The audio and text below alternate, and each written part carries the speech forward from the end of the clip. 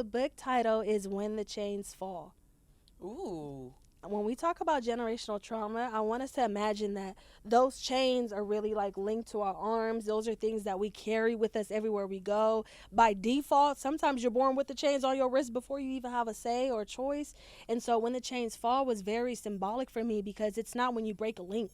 You could break a link, but you still got 50 more links on your hands and still holding you down. Yeah, And so still for me, heavy. so for me, it was when the chains fall, when they release from your wrist, the power of the breath of what comes from that, the peace of what comes from that, and then also the stability of the way that we feel about ourselves is born from that emotion. And that it's almost like a internal freedom, you know. So that's my goal, is just to invite utilizing the 3 collective theory to help people use that as a blueprint so that they can also release the chains from themselves too. But I've always been like, pain is pain. Yeah. You know, your story could be different than my story, Yeah. but the pain that we feel is equal. That part. And you know, you don't have to go through the hardest things, but feeling pain can make you feel a certain way, and this is how you navigate through that. And I think that's what That I hear part. when you talk about that, and that's what I love about you wanting to invoke this feeling. That's really just connecting with people and bringing them in so they can follow these rules. If anybody could read my book and read a story